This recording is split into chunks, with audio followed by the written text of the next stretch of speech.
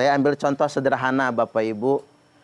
Di Minneapolis, Amerika Serikat sekarang sudah diperbolehkan azan pakai speaker. Itu kan negara yang muslimnya minoritas. Di Amerika kan memang nggak boleh azan pakai speaker karena Islam minoritas.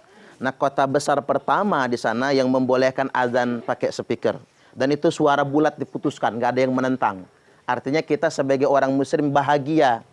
Kita minoritas di negara orang di sana yang mayoritas nggak melarang kita mengeraskan suara azan pakai speaker. Betapa kita kalau jadi minoritas ingin diterima, betul? Di London misalnya Pak, ada 423 masjid yang tadinya bekas gereja. Kita senang. Kita banyak masjid di sana, 423 masjid di kota London. Padahal muslim di sana minoritas. Artinya kita timbang perasaan. Nah, kita di Indonesia ini muslimnya mayoritas. Dengan jumlah muslim terbanyak sedunia internasional. Nah, mestinya kita tunjukkan akhlak yang sama. Kita melindungi yang minoritas. Jadi kalau ada non-muslim mau mendirikan rumah ibadah, loh ngapain kita tentang? Yang sedemikian rupa. Kemudian ada orang mau beribadah menurut agamanya masing-masing, nggak usah kita persoalkan. Makanya sikap intoleran, tidak menghargai perbedaan, itu bertentangan dengan Pancasila.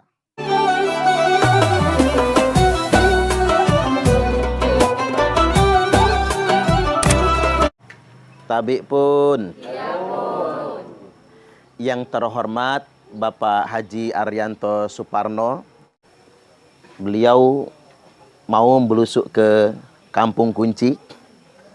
Ini sebuah penghargaan luar biasa. Saya tadi aja Pak salah naik ke atas malahan. Ada apa itu? Villa itu ya. Ada villa, sekalian nanya, villanya udah buka belum kata saya. Udah katanya kan. Ya sudah, nanti pengen mampir sono. Artinya di dalam.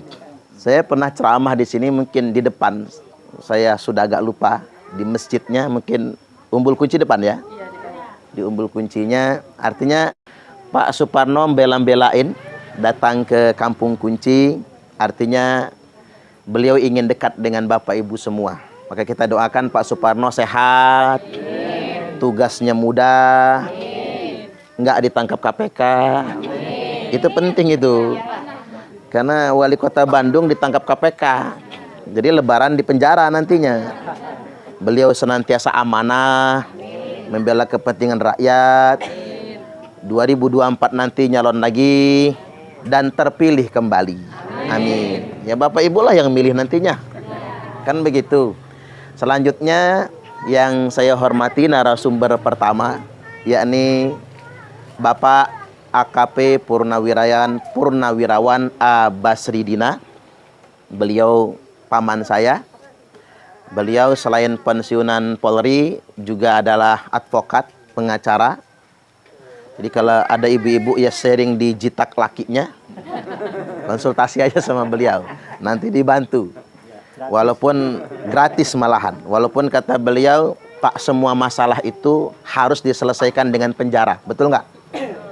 Kalau ribut antar tetangga, mending kita damai saja. Karena kalau berantem antar tetangga, masuk penjara, akhirnya dendam selamanya, betul? Tapi kalau damai, kalau kata orang Lampung itu kan angke muahi ya. Jadi ngangkat saudara, minimal nyembelih ayam jago, kan jadi saudara. Yang tadinya berantem jadi saudaraan. Kan begitu. Kemudian yang berikutnya yang saya hormati, pengurus PAC PDI Perjuangan Teluk Betung Timur, Pak Mahmud ya. Ustadz TBT Teluk Betung Barat ya, TBB. Pecinya merah, asli Banten asli ya Pak. Kemudian tokoh agama dan tokoh masyarakat. Kemudian tuan rumah Ibu siapa Bu? Ibu Robiah. Giginya udah ompong satu. Oh, beliin yang baru ya. Subhanallah. Pak Ari nanti yang beliin. Bapak-bapak dan ibu-ibu semua apa kabar? Sehat? Ini 10 hari yang terakhir bulan Ramadan, masa-masa Lailatul Qadar. Tapi saya yakin Bapak Ibu nggak nyari Lailatul Qadar, yang ditunggu THR. Betul? Saya baca di media sosial ciri-ciri lebaran sudah dekat. Satu, yang laki-laki sibuk cukur rambut. Yang kedua, ibu-ibu sibuk ngelap kaca rumah. Itu ciri lebaran sudah dekat. Yang ketiga, jalan sudah pada mulai macet. Udah macet belum? Macet itu di tengah itu ya. Kemudian yang keempat, taraweh sudah mulai dikit jamaahnya. Betul nggak kira-kira? Udah maju sopnya. Itu ciri lebaran sudah dekat. Dan yang kelima, ciri lebaran sudah sangat dekat itu, kue sudah banyak di rumah tapi nggak boleh dimakan.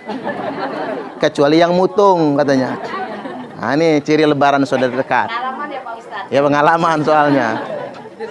Mudah-mudahan, walaupun kita ini orang biasa, manusia yang banyak salah dan dosa, betul? Walaupun kita orang biasa, kita beribadah semampu kita, dan acap kali kita juga berbuat salah. Mudah-mudahan Allah terima puasa kita.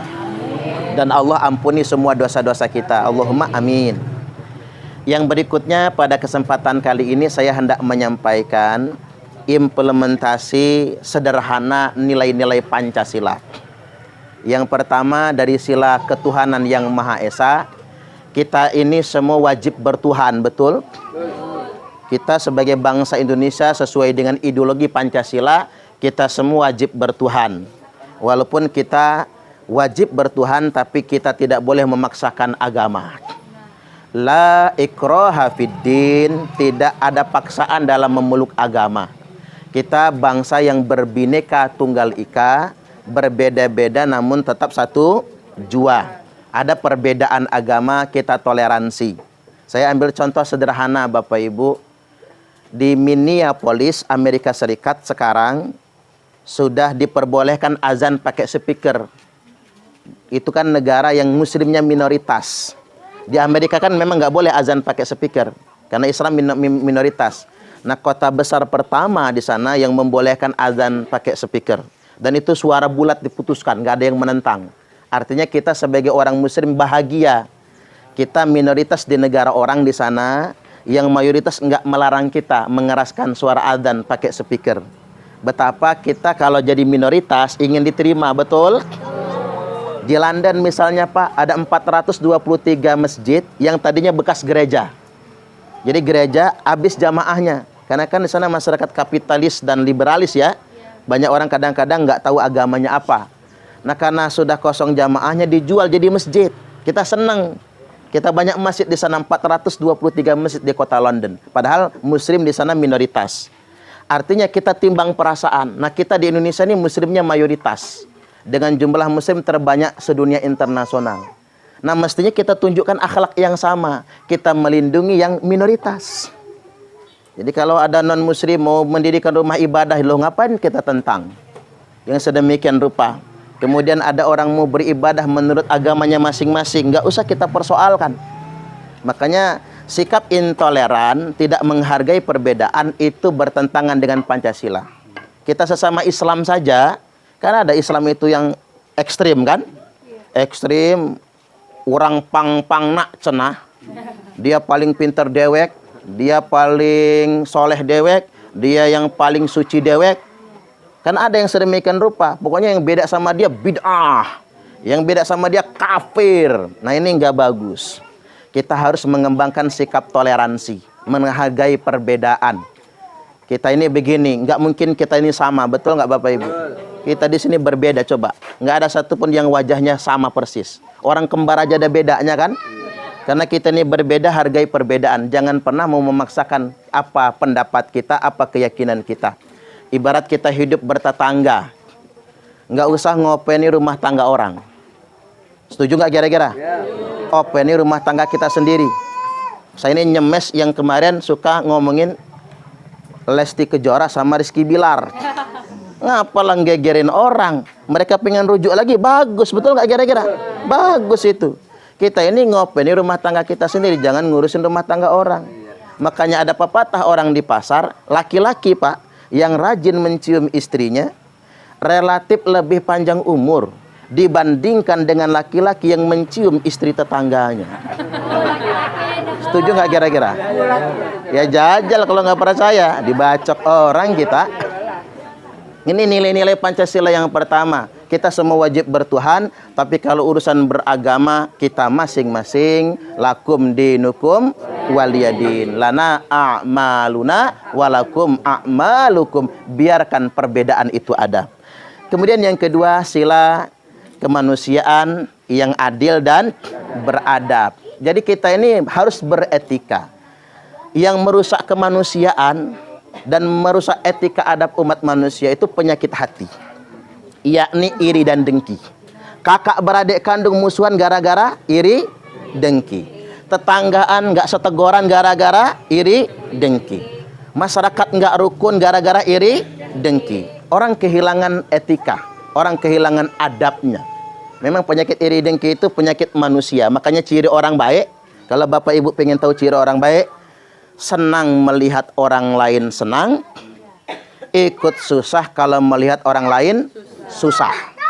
Tapi kalau dibalik, senang melihat orang lain susah, susah dan senep kalau ngelihat orang lain senang. Dia belum baik. Pokoknya ngaca aja, pakai cermin gede-gede di kamar, tunjuk jidat dewek. Gua ini udah baik belum? Kalau ngelihat tetangga senang, kita ikut senang, walaupun dikit, udah baik tuh. Lihat tetangga susah, kita ikut prihatin, udah baik. Tapi kalau dibalik, berarti kita belum baik. Ini penyakit hati soalnya. Kadang-kadang manusia itu susahnya begini. Lihat tetangga beli kulkas panas, tetangga beli mobil menggigil, tetangga beli motor gemeter, tetangga beli ceret mencret, tetangga beli teko kepo. Apalagi emak-emak ini. Emak-emak ini, Pak, apa bedanya sama laki-laki? Laki-laki itu pandangan ke depannya jauh. Itu laki-laki. Makanya laki-laki kalau nyetir ngebut bisa.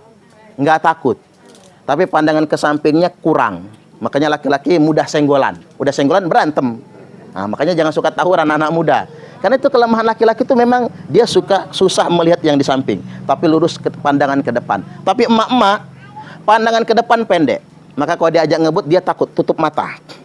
Karena jangkauannya pendek, tapi pandangan ke samping lebar sekali.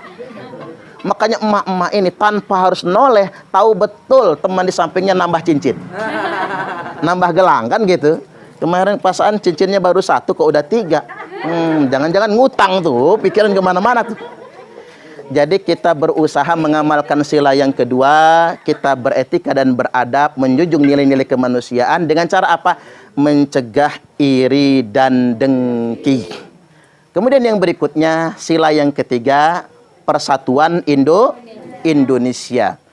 Di sila yang ketiga ini, kita semua wajib menjaga kebersamaan. Dalam bahasa Al-Quran apa? Wa ta'awanu 'alal birri wat taqwa. Saling tolong menolong, saling bekerja sama dalam perbuatan bajik dan takwa.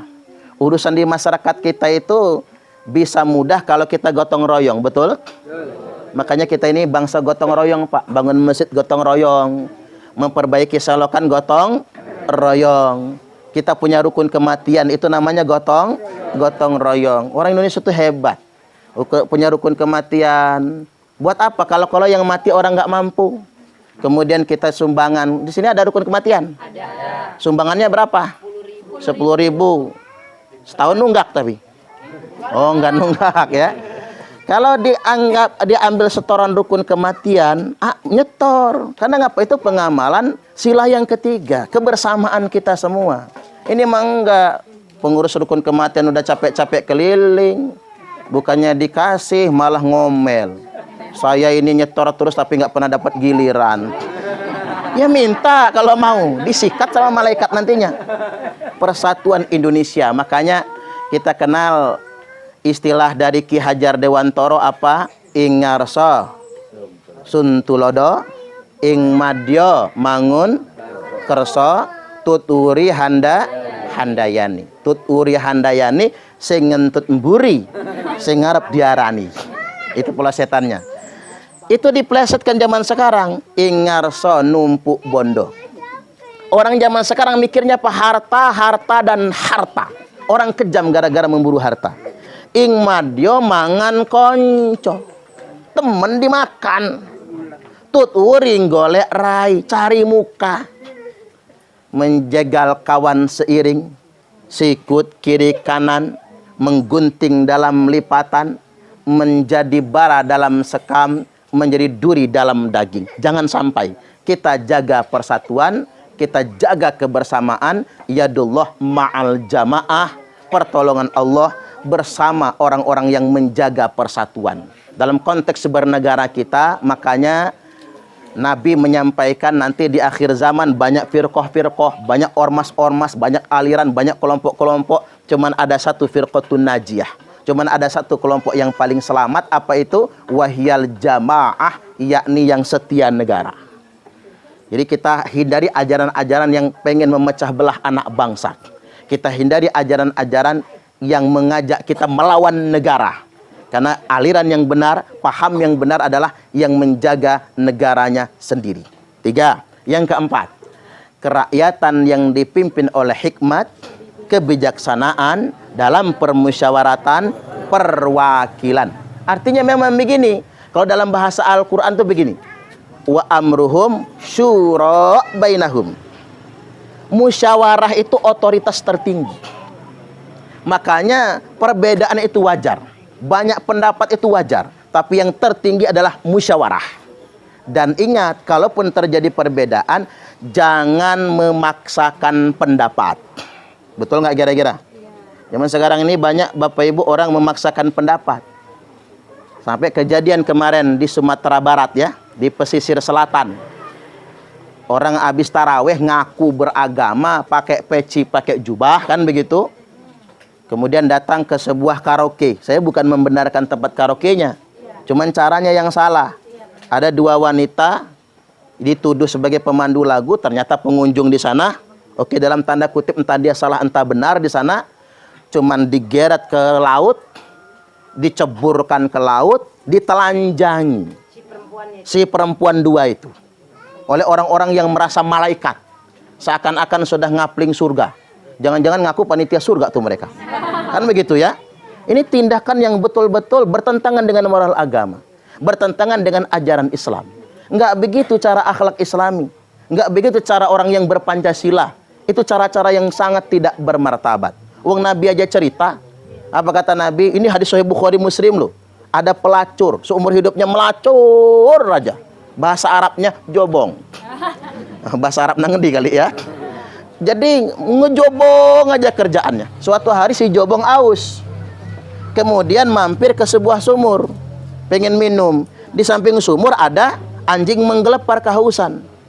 Dikasih minum sambil nangis. Alangkah sengsaranya. Si anjing ini kehausan di dunia. Apatah lagi saya kalau kehausan di neraka nanti. Dapat hidayah, pikiran terbuka, hatinya terbuka, mata menangis, tobat diterima, mati masuk surga. Artinya orang yang kotor di mata kita, orang yang jahat, jelek di mata kita, bisa kok tobatnya diterima. Nah, kita yang merasa jadi malaikat ini belum tentu masuk surga. Ya enggak kira-kira? Ya. Enggak boleh kemudian kita merasa arogan. Segala sesuatu tuh yang tertinggi adalah musyawarah.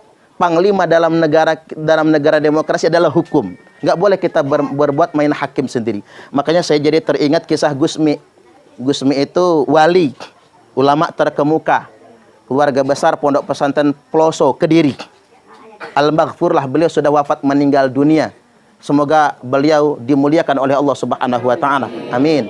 Ceritanya Gusmi berangkat ceramah pengajian akbar. Nah, di pinggir jalan ada cewek seksi banget. Orang lagi menawarkan diri. Kata Gusmi, "Mbak, naik." Wah, rezeki nih, kata si jobong. Rezeki ini, naik. Kata dia, "Om, saya mau diajak ke hotel mana?" "Ikut aja." Pikirnya mau ngebooking check-in di hotel. Ternyata diajak pengajian akbar. Gemeter si jobong, begini. Gemeter. Kata Gusmi, "Tunggu dulu di sini." Gusmi turun sama panitia disampaikan, "Pinjam baju, pinjam kerudung." Buat apa? Itu istri saya ikut. Cuman nggak sempat bawa baju tadinya. Dipinjemin baju yang bagus, kerudung yang bagus. Turun mobil si jobong, rebutan orang cium tangan. Ya taunya orang kan bu nyai soalnya. Istrinya kiai cium tangan, emah-emah gitu ya. Duduk paling depan, dikasih buah yang bagus, makan yang bagus, minum. Sisaan minumnya masih setengah. Orang pada minta, "Bu Nyai minta ya." Buat apa? Ngalap berkah. tabarukan. Orang nggak tahu kalau jobong kan. Taunya orang Bu Nyai. Sepanjang pengajian dia gemeter sambil nahan tangis ya. Saking terharunya dengan kondisi itu. Gus Mi ceramah 1,5 jam, nggak terasa. Sampai pamit pulang makan, dikasih makan enak-enak. Begitu pulang, Mbak, kata Gus Mi, rumahnya mana? Tempatnya mana? Saya anterin. Dianterin. Nah, karena saya sudah ngebooking, ini rezeki buat panjenengan, dikasih. Saat itu juga perempuan itu dapat hidayah, kemudian menjadi wanita solihah. Itu dakwah yang sebenarnya. Gus Mi memakaikan pakaian kepada wanita malam dengan pakaian yang sempurna. Nah, yang di Sumatera Barat malah ditelanjangin. Dasar. Itu nggak boleh yang sedemikian rupa. Artinya memang wajar ada perbedaan pendapat. Kita ini mohon maaf ya Bu, kalau ibu-ibu sudah rajin ngaji, sudah pakai kerudung yang baik, nggak perlu Bu melihat senep, sinis ngelihat orang yang belum baik. Betul nggak? Kita nggak tahu loh. Innamal a'malu bil khawatim. Segala amal itu tergantung akhirnya kan. Dia siapa tahu dia bertobat kepada Allah Subhanahu wa taala. Segala sesuatu tergantung endingnya. Makanya begini, yang masuk neraka itu malah orang yang sok suci. Fala tuzakku anfusakum huwa a'lamu bimanittaqa. Janganlah kalian merasa suci dengan diri kalian sendiri. Dikarenakan hanya Allah yang paling tahu siapa orang-orang yang benar-benar bertakwa. Makanya dalam kitab Sahih Muslim ada orang yang sepanjang hidupnya la ya'malu bi'amali ahlil jannah. Amalnya ahli surga semua. Enggak pernah bikin maksiat. Hatta ma yakunu bainahu wa bainaha illa dhira'. Sampai-sampai tidak ada jarak antara dirinya dengan surga kecuali tinggal sehasta, sesiku. Tapi sesaat lagi dia mau masuk neraka, dia mengerjakan amalan ahli. Saya ulangi, sesaat lagi dia mau masuk surga, dia mengerjakan amalan ahli neraka. Lalu dia mati masuk neraka. Kita nggak tahu. Ada orang yang sepanjang hidupnya mengerjakan amalan ahli neraka, sampai-sampai nggak ada jarak lagi antara dirinya dengan neraka kecuali tinggal sehasta. Pas mau mati dia kerjakan amalan ahli surga. Lalu dia mati masuk surga. Preman, bunuh 99 orang. Datang dia sama Ustadz zaman dulu ya. Ustadz, saya ngebunuh 99 orang. Kira-kira gua bisa tobat nggak? Kata Ustadz, orang model lo kerak neraka. Tobat nggak diterima. Dimaki-maki, dimarah-marah. Kata si preman, tanggung amat 99. Pasin cepet aja lah. Si Ustadz yang dibunuh. Ngepasin cepet. Udah pasti masuk neraka ini pikir dia. Nah, mungkin 3 bulan selanjutnya kesambar malaikat lagi, pengen tobat lagi. Nanya lagi sama Ustadz berikutnya. Ustadz Parman kali ya. Pak Ustadz, saya ini sudah ngebunuh 100 orang, kata dia. Yang ke-100 itu Ustadz malah tak bunuh. Kata dia, saya nggak bisa tobat. Menurut Pak Ustadz, saya bisa tobat nggak? Kata si Ustadz, kamu bisa bertobat.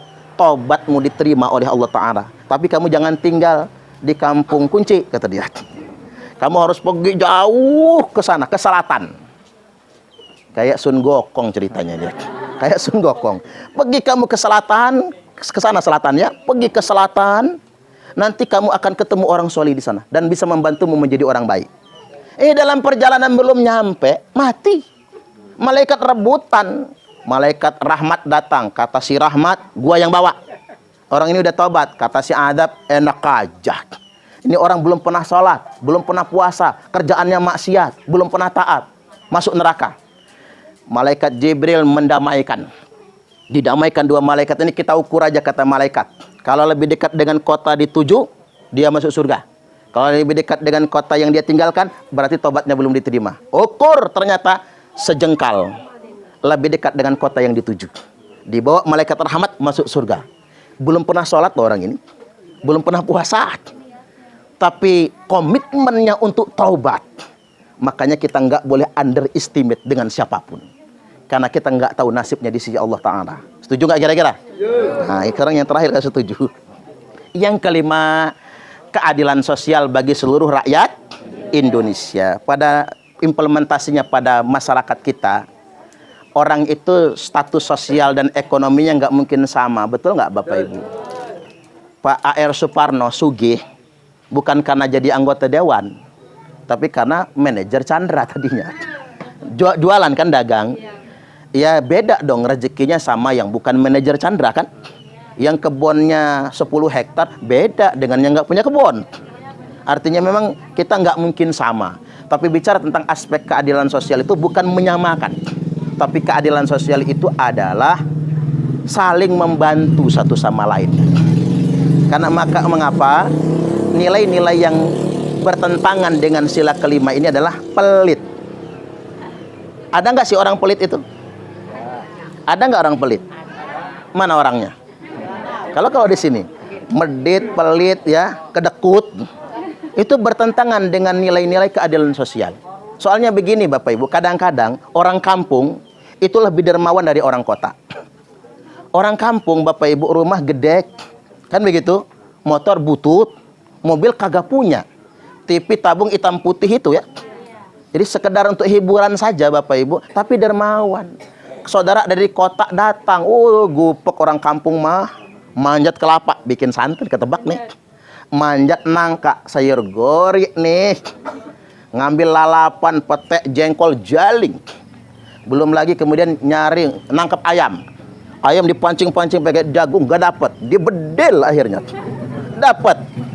Orang kota belum boleh kemana-mana sebelum makan. Jadi orang kampung itu walaupun miskin-miskin merasa terhormat kalau orang kota mau makan di rumahnya. Saudara jauh datang kan begitu, merasa senang bukan main. Coba banding orang kampung balik ke kota, tempat saudaranya yang kaya, teh belum habis, masih setengah gelas, udah ditanya, habis ini mau kemana lagi?